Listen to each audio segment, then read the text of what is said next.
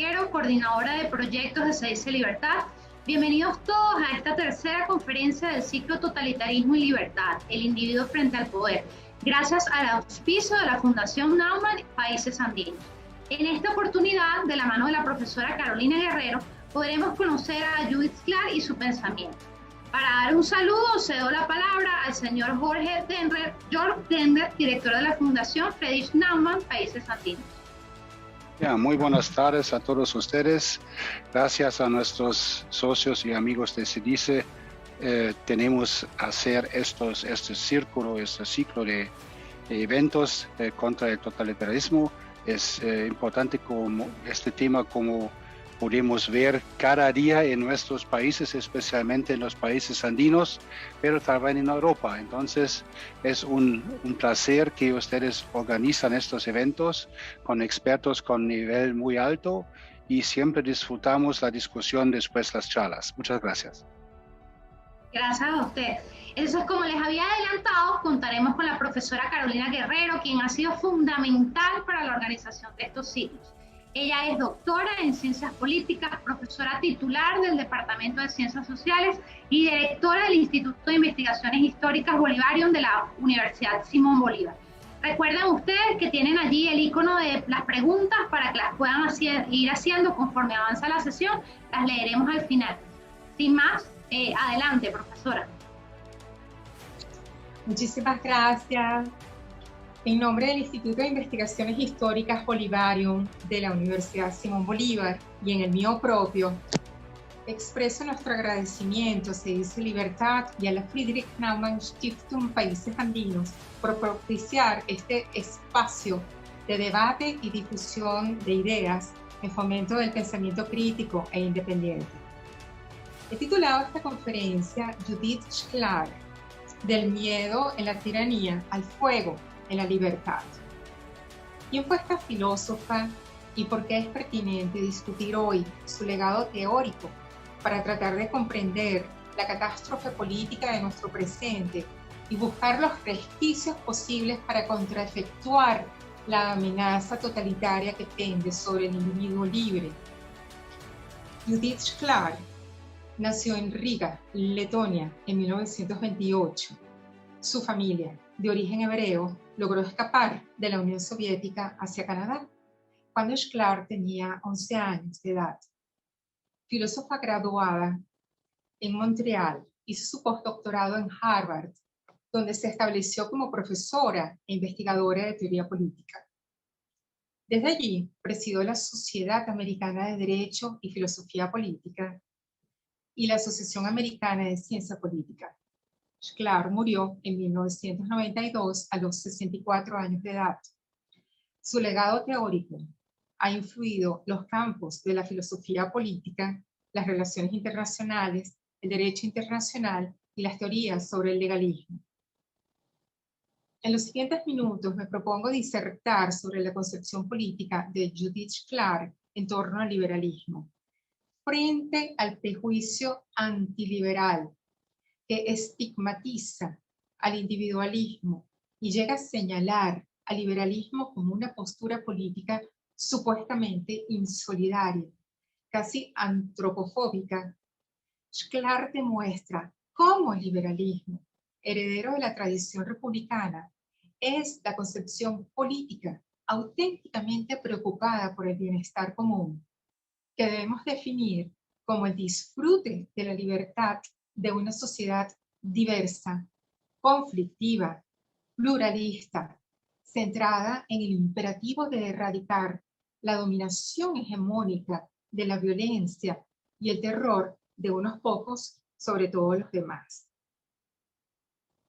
A partir de Clark, identificamos que la antípoda del liberalismo no solo es el totalitarismo como fenómeno político, sino el miedo que obstaculiza al individuo en su derecho de arribar libremente a sus decisiones personales.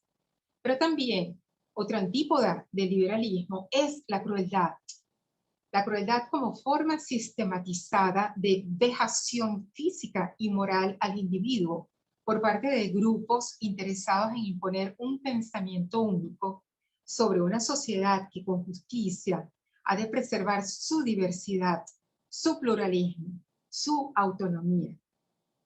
Con Shklar sabemos, primero, que el liberalismo es cosa política. Segundo, que la finalidad del liberalismo es realizar una inagotable lucha por desplegar las condiciones para poder ejercer la libertad individual. Tercero, que la libertad no puede depender del favor de quienes detentan el poder del Estado. Cuarto, que mucho menos puede existir libertad si la pasión predominante en una sociedad es el miedo. A través de las reflexiones de Shklar, establecemos, por una parte, la relación entre miedo y totalitarismo, y por otra, el rol de la crueldad en todo este acertijo político y cómo ha de ser combatido por lo que Shklar denominó el liberalismo del miedo, efecto radical del antagonismo entre crueldad y libertad. Para comprender el fundamento de nuestros valores republicanos, resulta necesario reconocer la naturaleza política del liberalismo. Ni siquiera los propios liberales están del todo advertidos sobre esto. Judith Shklar establece que el liberalismo es una doctrina política y no solo una filosofía de vida. Menos aún podríamos decir que el liberalismo se reduce a un simple modelo económico. Como doctrina política, Shklar afirma que el liberalismo solo tiene un objetivo primordial: garantizar las condiciones políticas necesarias para el ejercicio de la libertad del individuo. Esto significa nada menos que el liberalismo atraviesa toda la historia moderna y contemporánea en una incesante lucha política por asegurar la vigencia de un escenario, de una realidad política donde cada individuo pueda disponer de sí mismo con autonomía. En esa definición, la filósofa puntualiza que toda persona debería poder tomar todas las decisiones efectivas posibles sobre todos los aspectos de su vida, siempre que fuera compatible con idéntico ejercicio de libertad de cualquier otra persona adulta. Pero nótese la siguiente precisión que hace Judith Shklar. Todas esas decisiones individuales deben ser tomadas sin miedo y sin favor. He allí el núcleo de la preocupación en la República. Cuando un individuo puede decidir solo gracias a que cuenta con la anuencia o el privilegio, la indulgencia o el favor de quienes detentan el poder de dominar la sociedad, esas decisiones dejan de ser libres. Por tanto, la libertad individual se extingue. Contar con el favor del grupo dominante para poder tomar decisiones individuales supone la ausencia de condiciones políticas para ejercer la libertad. Precisamente una sociedad es libre solo cuando la subjetividad y el voluntarismo de quienes gobiernan no tienen capacidad ni espacio para incidir en la vida, en las opiniones y en las acciones virtuosas del individuo. La libertad implica la defensa incansable del poder de los hombres, tanto para sostener el espacio común donde llevar a cabo una vida en libertad, como para limitar la voracidad de un Estado tentado a destruir esa autonomía de la sociedad y de sus miembros. En contraste, cuando el Estado se muestra benevolente, dispuesto a distribuir favores entre la ciudadanía, la libertad enfrenta uno de sus mayores peligros. Este planteamiento de Shklar nos recuerda uno de los argumentos de Sócrates luego de ser condenado a beber la cicuta. Sus amigos trataron de persuadir a Sócrates para que rogara clemencia a los jueces. Y Sócrates se negó porque él estaba decidido a actuar con libertad aún ante esa condena a muerte, y expresó que si la justicia dependía del favor de los jueces, y no de la correcta aplicación de las leyes, entonces en Atenas ni había libertad ni había justicia. Sócrates prefería aceptar la condena a muerte y no contribuir a fracturar las leyes vulneradas por el capricho de los jueces. A eso se refiere Shklar cuando nos muestra que la libertad existe si las decisiones del individuo no están subordinadas a la conmiseración de quienes detentan el poder. Ahora bien, esta filósofa además sostiene que la libertad existe si el miedo no condiciona o no interfiere en las decisiones del individuo. Este punto es tan importante, tan crucial, que llevó a Shklar a mostrar que el liberalismo contemporáneo es el liberalismo del miedo. Toda opinión forzada es en sí misma una opinión falsa y debemos saber que las amenazas y los sobornos empleados para imponer la conformidad son intrínsecamente degradantes, opinó la filósofa. Desde Maquiavelo, la tradición republicana ha enfatizado que existe una escandalosa vinculación entre el miedo y la ausencia de libertad. Cuando una sociedad está dominada por el miedo, no hay espacio posible para la libertad y por tanto no hay república. Y esto es así porque, de acuerdo con Maquiavelo, una república bien ordenada, es decir, una sociedad de hombres libres, es aquella donde ningún grupo teme ser tiranizado por otro. El miedo surge cuando el ciudadano advierte que una facción ha logrado manipular los instrumentos del Estado, vulnerando las instituciones republicanas y las buenas leyes. De esa forma, esa facción podrá utilizar la violencia del Estado contra los individuos a efectos de someterlos a una voluntad arbitraria, o podrá también desplegar con impunidad una violencia radical, informal, sobre toda esa ciudadanía. La combinación entre una y otra forma de imposición de la violencia radical y, en consecuencia, del miedo, está presente en las mutaciones del fenómeno totalitario. La propia Shklar subrayó lo siguiente, cito: aunque las fuentes de opresión social son ciertamente numerosas, ninguna tiene el letal efecto de aquellas que, como los agentes del Estado moderno, tienen a su disposición los recursos sin igual de la fuerza física y la persuasión. Pero esta afirmación la hizo la autora en 1989. Desde ese año hasta el presente, es ostensible que el totalitarismo, con todas sus mutaciones actuales, se alimenta de las posibilidades de combinar tanto la violencia del Estado, empleada arbitrariamente, como de la exacerbación de esas numerosas fuentes de opresión social impulsadas por redes disciplinadas o caóticas de sujetos dispuestos a colaborar con esa suerte de reinado del terror. ¿De dónde surge el miedo radical?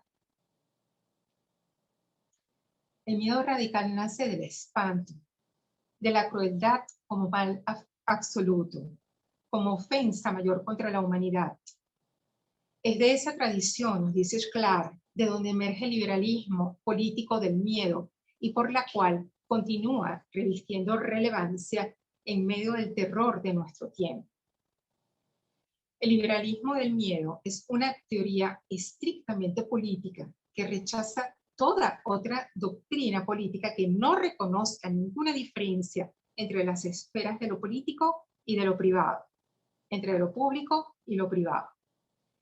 Si el liberal exacerba la exhaustiva búsqueda de condiciones para ejercer la libertad individual y en ello radica su vida activa, sabemos, como señala Shklar, que en los últimos 200 años aproximadamente el liberalismo ha sido muy raro, tanto en teoría como en la práctica. Y si frente al liberal prevalece el escéptico, resulta que el hombre escéptico busca la tranquilidad personal en el retiro. Por tanto, el escéptico debe preferir, señala Shklar, un gobierno que no haga nada por incrementar los niveles de fanatismo y de dogmatismo predominantes. Es en esa medida, señala Shklar, que existe una afinidad posible entre liberales y escépticos. Ambos comparten la adversidad ante el miedo y el favor, porque esta combinación siempre ha inhibido el ejercicio de la libertad, generando una forma abrumadora a través de la cual los gobiernos, ya sean informales o formales, pues atacan al individuo. Pareciera haber entre ellos, entre liberales y escépticos, un deseo común de proteger al individuo de las incursiones de la opinión pública, de la opresión pública, siendo el individuo una víctima potencial de la crueldad. Pero encuentro más distancia entre el liberal y el escéptico. Desde el liberalismo radical y necesariamente activo, se despliega la obligación del individuo y de la sociedad de ocuparnos, como alerta Shklar, de que nuestras vidas, nuestras libertades, nuestras propiedades y todo lo relativo a ellas esté protegido. Para este fin, tenemos la obligación de fundar instituciones públicas protectoras, es decir, instituciones republicanas. Y tenemos el derecho, esto es, la responsabilidad de exigir, incluso crear espacios de reclamación y de defensa de todas y cada una de ellas. Cito Shklar. Si nos tomamos en serio los derechos, debemos ocuparnos de que principios como las declaraciones de derechos del individuo y del ciudadano se hagan efectivas en todos los aspectos de nuestra vida pública. Una sociedad óptima estaría compuesta por ciudadanos que reclaman sus derechos. El liberalismo de los derechos concibe que una sociedad justa es aquella compuesta por ciudadanos políticamente recios, capaces de salir en defensa de sí mismos y dispuestos a hacerlo tanto para sí mismos como para todos los demás. Frente a ese desideratum, Judith Shklar teoriza sobre el liberalismo del miedo desde un realismo político que considero meritorio. Para esta filósofa, que murió en 1992, la memoria más inmediata era la historia del mundo desde 1914, es decir, la memoria más inmediata sobre el miedo radical. Para nosotros, desde nuestro presente, los horrores marcados por la irrupción de la Gran Guerra de 1914 tienen un competidor en términos del terror que ha sido capaz de generar. Esa memoria se remonta más bien a 1917, el año de la natalidad del fenómeno totalitario. No lo olvidemos. Para Shklar, el totalitarismo es una abreviatura de la situación extrema de violencia institucionalizada. ¿Por qué referir el inicio de esta memoria del terror? Porque la modernidad supuso, para la mayoría, la promesa de una latitud progresivamente creciente en el disfrute de la seguridad para el ejercicio de la libertad y los derechos de propiedad y de igualdad ante la ley. Esa ilusión se fracturó. Para Shklar, eso ocurrió ante el cataclismo que significó la irrupción de la Gran Guerra en el 14. Para nosotros, el quiebre de esa ilusión ocurrió con el acontecimiento totalitario de 1917 hasta el día de hoy. Señala la autora, cito, el miedo desatado ha vuelto a convertirse en la forma más común de control social. Cuando hay mucho que temer, cualquier persona podría sentirse menos proclive a celebrar las bendiciones de la libertad que a tener en cuenta los peligros de la tiranía y la guerra que la amenazan. Para este liberalismo del miedo, las unidades básicas de la vida política son los débiles y los poderosos. Y la libertad que desea garantizar es la libertad frente al abuso del poder y la intimidación de los indefensos, a que invita esta última diferenciación. Cito a Shklar. El liberalismo del miedo contempla con igual inquietud los abusos de los poderes públicos de todos los regímenes. A menos que se les impida hacerlo, la mayoría de las veces, algunos organismos del gobierno se comportarán en mayor o menor medida de manera ilícita y brutal. Fin de la cita. Por eso, frente a la amenaza totalitaria, debemos recurrir a la civilidad vigorosa de nuestra tradición republicana.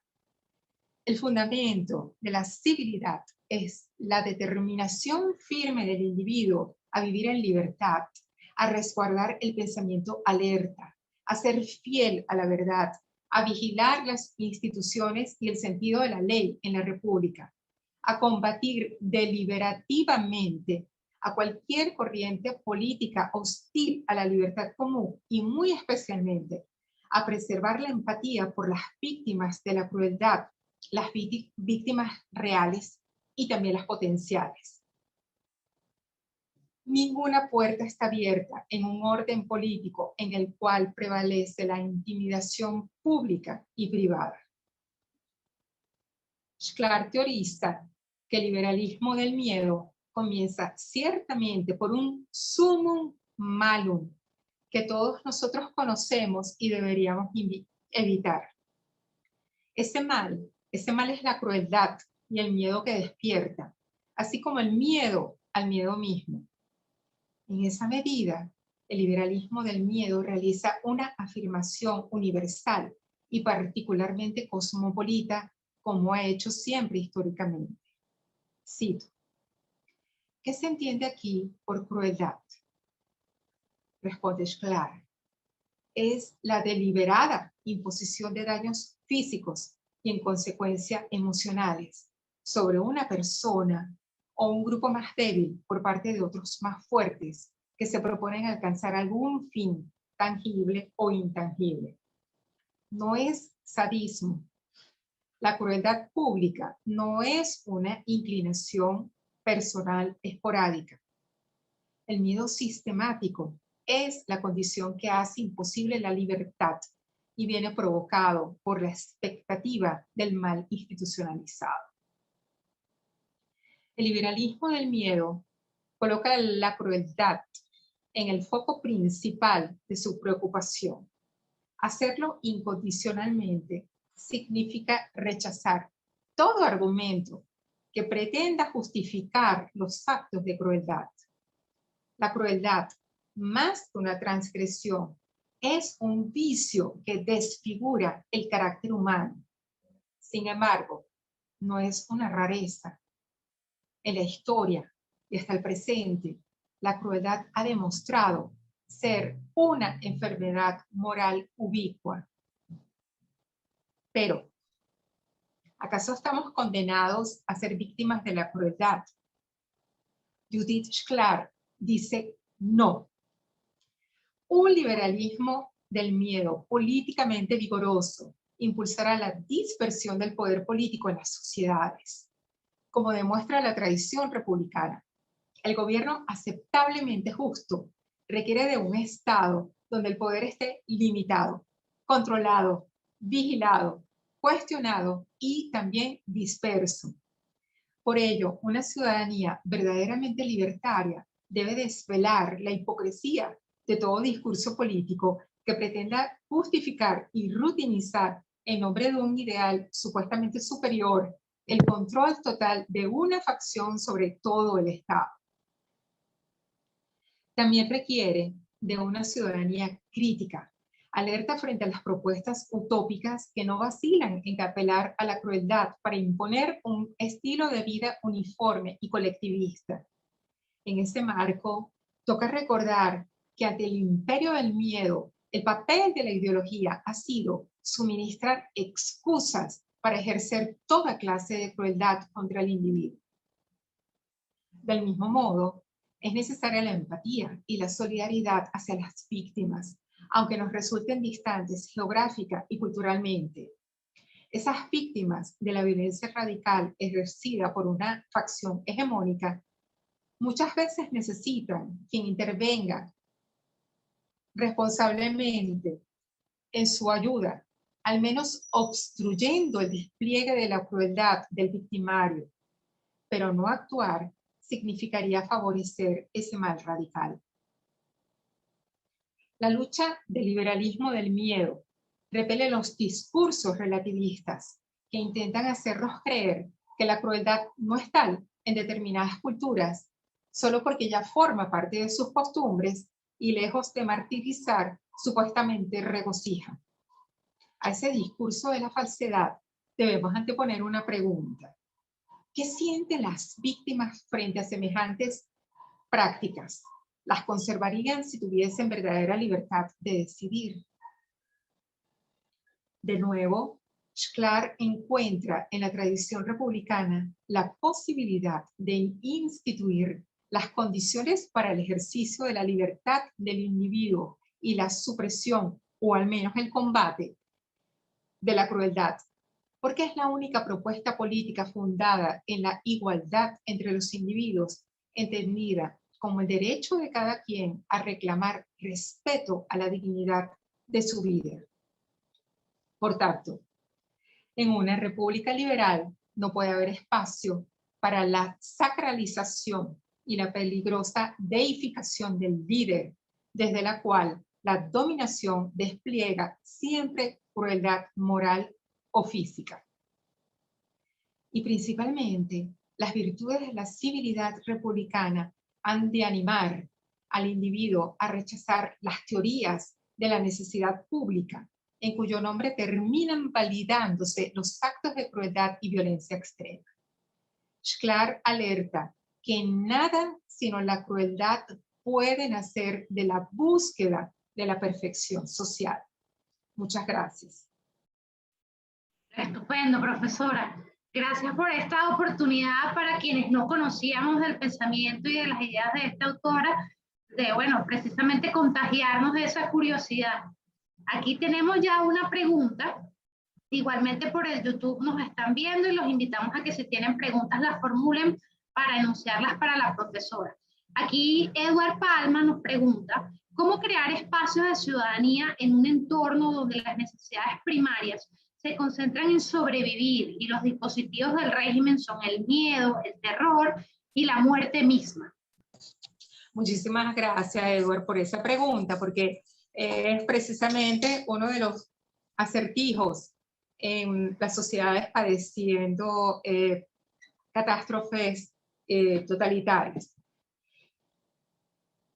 La primera tarea del totalitarismo es precisamente reducir al individuo a una cosa biológica que lucha por una supervivencia día a día. De esa manera, se suprime la posibilidad de que el individuo escale hacia la búsqueda de lo sublime, el encuentro con otro y el ejercicio sistemático, persistente de una libertad individual. Entonces, ¿cómo termina ocurriendo algo como esto? Principalmente se da a través del ataque a la propiedad privada. Esto nos demuestra que sin propiedad privada, la libertad individual comienza a erosionarse, porque nadie puede ser libre si no puede valerse por sus propios medios, si no puede disfrutar del fruto de su trabajo y si no puede cubrir con su talento y su esfuerzo, incluso a través de su espíritu de industria, todas esas exigencias del nivel de supervivencia. Entonces, en esa destrucción, tanto de la propiedad privada como de las capacidades del individuo para valerse por sus propios medios, el individuo termina biologizado, reducido a ese ente en búsqueda de suplir necesidades básicas. ¿Dónde está la pulsión libertaria? Bueno, la primera debería ser impedir que una corriente política de esa naturaleza logre cosificar a las personas. Es decir, impedir que una propuesta política disfrazada en un discurso utópico romanticista erosione los fundamentos de esa libertad individual. Pero si la sociedad permitió que una corriente como esa avanzase, pues no le queda sino apelar a la pulsión libertaria de descubrir esos espacios para el ejercicio de la libertad, aun cuando debe procurar su propia subsistencia, su propia sobrevivencia biológica, porque no se puede renunciar a la idea de libertad, a esa lucha por la libertad, pensando que las necesidades biológicas de supervivencia son prioridad. Cuando no existe libertad, esa supervivencia biológica también está comprometida. Por tanto, la libertad individual es una condición tanto para lo sublime como para lo básico. Y siempre, hasta en el encuentro del otro, dentro de un espacio que procura solo salvarse cada quien a sí mismo, debe ser capitalizado políticamente para detonar esa propuesta política totalitaria o esa búsqueda de resquicios donde defender lo individual, donde continuar ejerciendo la verdadera condición humana y nunca, nunca permitirse uno convertirse a sí mismo en el prisionero ideal, en un prisionero generalizado. Bien, acá hay otra pregunta que nos hacen, primero la felicitan, excelente conferencia, doctora Guerrero, y le preguntan, ¿podemos decir que la libertad para Sklar es ausencia de miedo? ¿Qué tan lejos estamos del fuego de la libertad en Venezuela, considerando que la gente vive en diversos grados de miedo?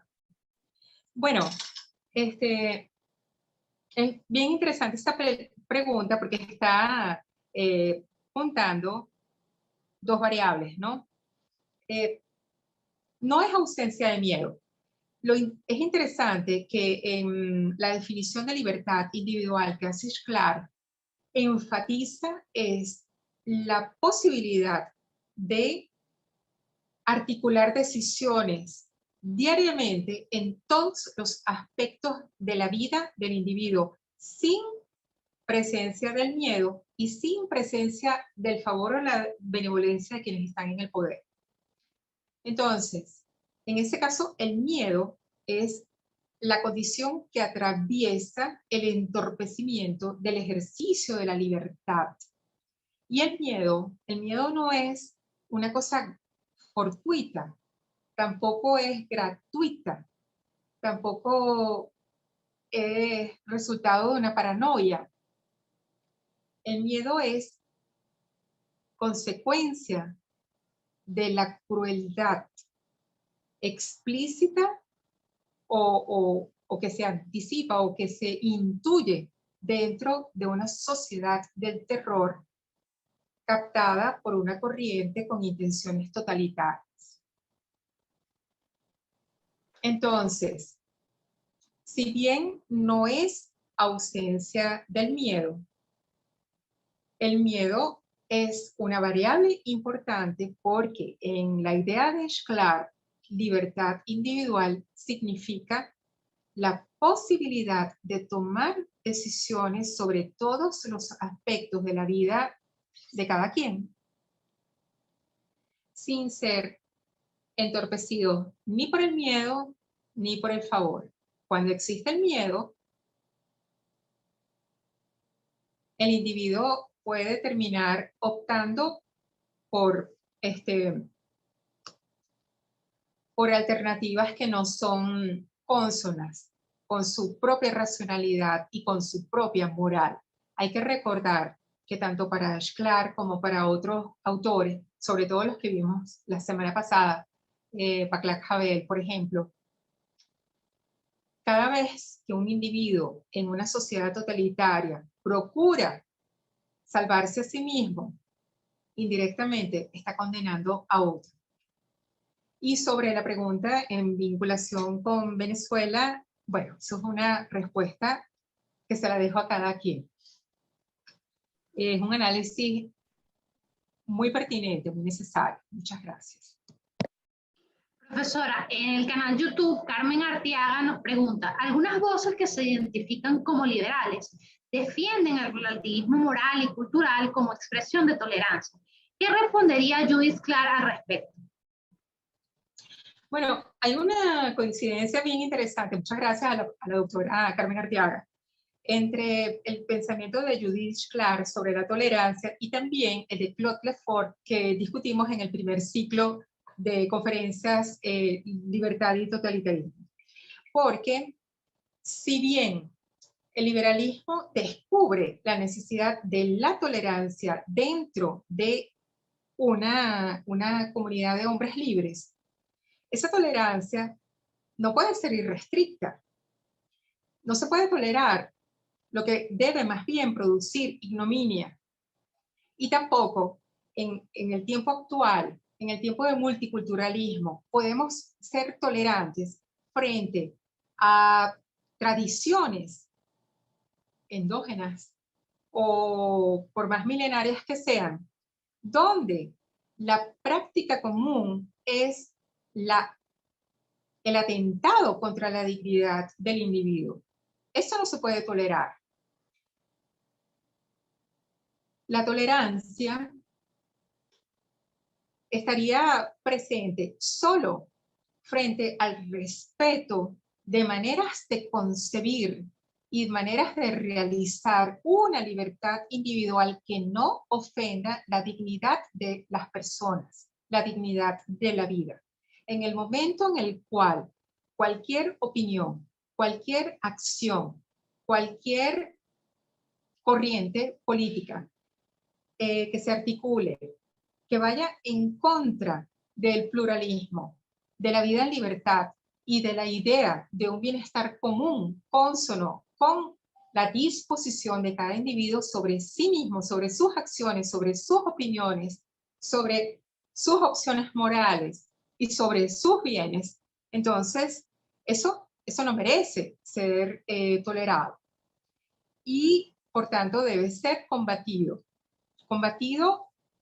dentro de la flexibilidad que implica el debate discursivo y la desvelación de que todas esas corrientes encubren una falsedad detrás del discurso de la aparente tolerancia. Entonces, si bien se asocia liberalismo con tolerancia, no podemos pensar que la tolerancia es ilimitada y que debemos preservarnos tolerantes ante la humillación a otro ser humano o hacia nosotros mismos. Muchas gracias. Gracias, profesora. Después nos preguntan acá en la sesión el señor Gómez si el totalitarismo es considerado como una situación extrema del poder político y de violencia. ¿La etapa dictatorial sería el final o una etapa post-totalitarismo? Bueno, el problema con el totalitarismo es que es un acontecimiento político. Y como es un acontecimiento político, no obedece a una ley de causa-efecto y tampoco tiene una secuencia lógica de cómo emerge y cómo se diluye o cómo se derrota. En las experiencias históricas que tenemos hasta el día de hoy de los totalitarismos afortunadamente derrotados, no vemos situaciones de dictadura previas o posteriores al totalitarismo en la mayoría de los casos. Si uno piensa en la Unión Soviética, uno diría que más bien hay una continuidad o una mutación totalitaria, pero no una derrota del totalitarismo propiamente dicho. En el caso de sociedades como la nazi, para poner un ejemplo distinto a los totalitarismos comunistas, que son los más habituales, los más frecuentes, desde el comienzo surge como un fenómeno totalitario. Quienes se engañan pensando que eso tiene un prólogo, un preludio dictatorial, están desconociendo la calidad de la amenaza, la dimensión de la amenaza que pende sobre ellos. Y quizás precisamente por no aplicar el pensamiento crítico ante una situación que es totalmente novedosa, ante la cual no existe manual escrito que nos pueda dar una receta sobre cómo comprenderlos, cómo descifrarlos y cómo actuar ante ellos. La ausencia de ese pensamiento crítico permite el avance de ese fenómeno totalitario, de ese acontecimiento totalitario. Y en los casos en los que ha logrado ser derrotado, ocurren dos cosas. Uno es que tampoco se da una progresión hacia la difuminación del totalitarismo. Pero tampoco debemos creer que la derrota momentánea del totalitarismo significa el triunfo eterno de la libertad. La libertad siempre va a estar amenazada. Entonces, sociedades que pasaron por una experiencia nefasta, totalitaria, que lograron librarse de ellas, por cierto, ninguna a través de acción de partidos políticos organizados, es un fenómeno bien curioso, y luego arribaron a un sistema de vida aceptablemente democrático, pues no tienen asegurada ni la democracia ni la libertad, y es posible que en este momento muchas de ellas estén avanzando hacia unas realidades que no sabría calificarlas de momento, pero que ciertamente no son un ejemplo de democracia liberal. Gracias. Okay. Aquí Wilfredo Páez Gallardo nos pregunta, desde las ONG trabajamos promoviendo el tema del fortalecimiento de la ciudadanía. Desde su experiencia como investigadora, ¿qué debemos hacer o reforzar para luchar con una sociedad adormecida en algunos temas como la libertad individual? Bueno, primero yo debo felicitar esas iniciativas, porque es precisamente la proliferación de ese tipo de acciones lo que permite encontrar cuáles son las grietas a través de las cuales sistemas totalitarios pueden terminar resquebrajándose. Entonces, esa forma de lucha política que está refiriendo el amigo Wilfredo es precisamente una de las acciones necesarias de lo que Clark denominaría la respuesta del liberalismo del miedo frente a la necesidad de asegurar las condiciones para el ejercicio de la libertad. Entre otras cosas, porque esa misma acción lo convierte en hombre libre. El retiro del escéptico, del cual nos hablaba Judith Clark, es una acción pasiva. En cambio, la promoción de acciones dirigidas al fortalecimiento de la civilidad y sobre todo de la condición cívica en todos los individuos víctimas de gobiernos o de sistemas o de fenómenos totalitarios o de realidades totalitarias, es la responsabilidad que toca hacer. En el ejercicio de la responsabilidad está el ejercicio de la libertad. Es un acto de resistencia frente al cual está demostrando que usted no está derrotado. Entonces, ¿qué tiene que hacer? Pues seguir haciendo lo que hace. Muchísimas gracias y felicitaciones. Estupendo, profesora. Aquí nos pregunta Marta de la Vega Bisbal, le felicita y hace dos preguntas. ¿Qué hacer frente a la total indiferencia de los que controlan las instituciones ante el sufrimiento de los ciudadanos y el uso de la crueldad como mecanismo de control social, como ocurre hoy en Venezuela? ¿Y cómo lograr contrarrestar y mediante qué recursos por parte de la ciudadanía y desde la academia La tentación totalitaria que sufrimos en Venezuela y las tendencias autoritarias cada vez más evidentes, y pone el ejemplo de lo que está sucediendo hoy en Bukele, con el presidente Bukele. Muchas gracias, profesora Marta de la Vega. Querida profesora de la Vega. Bueno, el problema de el que se convierte en operario del ejercicio de la crueldad por parte de un aparato del terror es el encontrarse solo sin toparse, sin confrontarse con el repudio de su propia conciudadanía.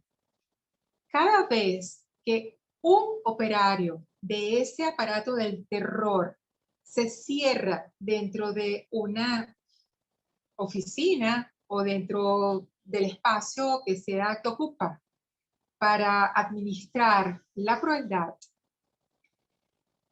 se reafirma en dos cosas. Uno, en una ideología que le proporciona excusas para continuar haciendo lo que hace. Y dos, en la posibilidad de esconderse de la mirada censora de sus conciudadanos. Entonces, lo que no podemos hacer es dejar de señalar la inmoralidad, la falta de humanidad, la falta de solidaridad en ese tipo de acciones. Pensemos que cada una de esas personas, mejor dicho, cada uno de esos sujetos, es una especie de Eichmann, aquel Eichmann sobre el cual escribió Hannah Arendt. Porque esa persona está renunciando a la obligación de discernir por ella misma en qué consiste la criminalidad de su cooperacionismo. Y mientras más voces haya en una sociedad, tanto dentro de la academia como por parte de cada uno de los individuos ejerciendo su pensamiento crítico para mostrar que ese proceder es cruel, es inmoral, va en contra de la dignidad humana y en contra de la condición humana, y que significa día a día condenar a otro a una situación espantosa, entonces habrá posibilidades de que, como dijera Simone Weil, ocurren momentos de iluminación en ese individuo. Eso es una lucha de todos los días y es un discurso que no debe abandonarse. Muchísimas gracias, profesora Marta. En el canal YouTube nos pregunta Floyd Iscaray, bueno, hace un comentario que va a tratar de resumir, que nos dice que esta es otra autora clave para entender nuestra época y llamar las cosas por su justo nombre, sobre todo por la distinción que debemos tener frente a la crueldad y el miedo. Estar alerta a que no se es libre en medio del miedo. Entonces aquí nos dice que no nos enfrentamos a cualquier tipo de terror, sino un terror totalitario, que no es solo físico ni necesariamente corporal, que es un esfuerzo espiritual y psíquico. Entonces la pregunta es, ¿cómo podemos tener una lectura política sin quedar en el solipsismo del miedo? Muchas gracias, Floris Iscaray, una de nuestros ponentes en el segundo ciclo de Libertad y Totalitarismo. Admirable su presentación en ese momento. Bueno, el problema del miedo es que tiene que ser discutido, tiene que ser visibilizado y tiene que ser dotado de un componente político, porque verdaderamente, más que una percepción psicológica, es un efecto político dentro de una sociedad donde una diversidad de variables están tratando de arrinconar al individuo para que permita la expansión de una dominación totalitaria o de cualquier otra dominación contraria a el ejercicio, a la vigencia de la libertad individual.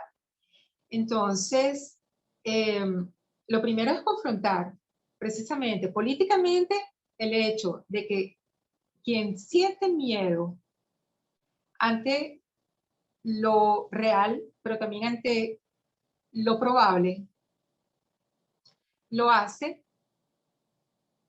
porque existe una amenaza real.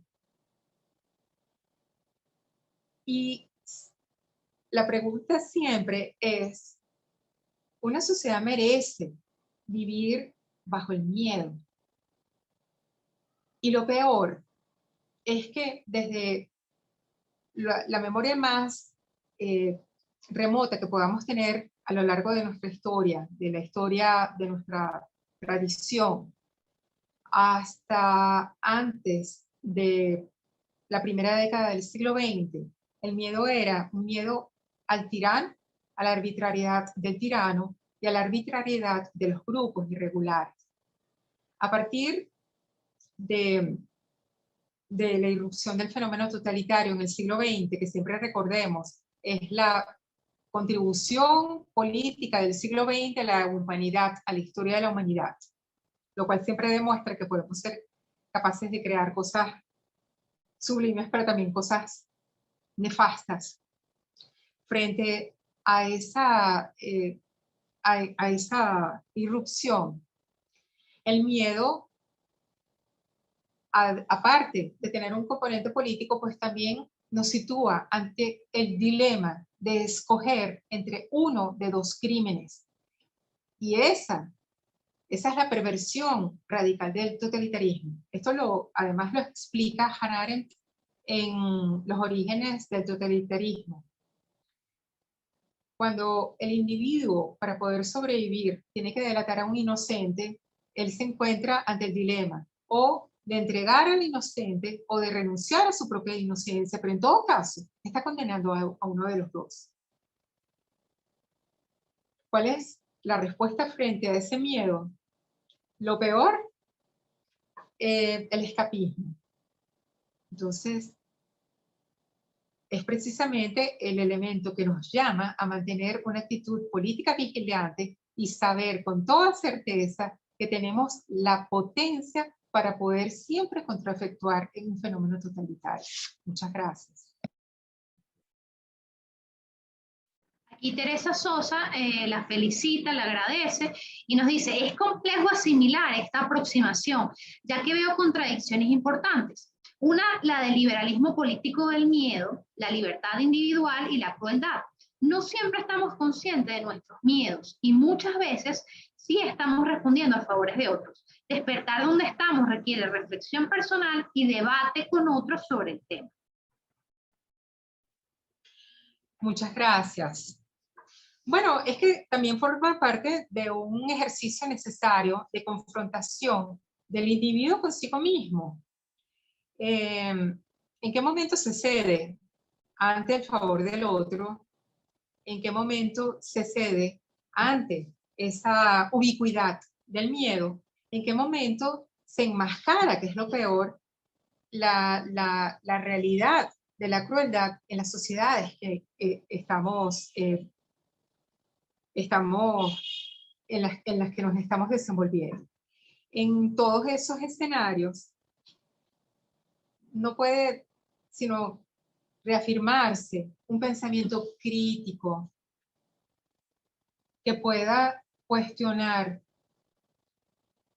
en qué sentido estamos disfrazando nuestros propios miedos para tratar de sobrevivir emocionalmente ante una realidad perturbadora. La libertad estaría más bien en enfrentar, en sumergirse en esa realidad perturbadora, porque nunca podemos renunciar a los peligros que significa ser libre. Muchísimas gracias, profesora Teresa Sosa. Okay. Aquí Iván Méndez, la última pregunta, la saluda y dice, ese desmontaje de la tolerancia pura, tan reforzada por décadas, una tolerancia sin discusión, reclama de nosotros, siguiendo a Sklar, un juicio crítico sobre esta y una lucha activa para desmontarla. No caeremos al albur de caer en tolerancias fragmentadas que terminen soslayando lo humano como consenso. Bueno, primero habría que recordar cuál es el origen del debate sobre la tolerancia. Y eso nos lleva a un documento importantísimo del siglo XVII, comienzo del siglo XVIII más bien, de John Locke, que escribe la Carta sobre la Tolerancia. Él se está refiriendo específicamente a la tolerancia religiosa.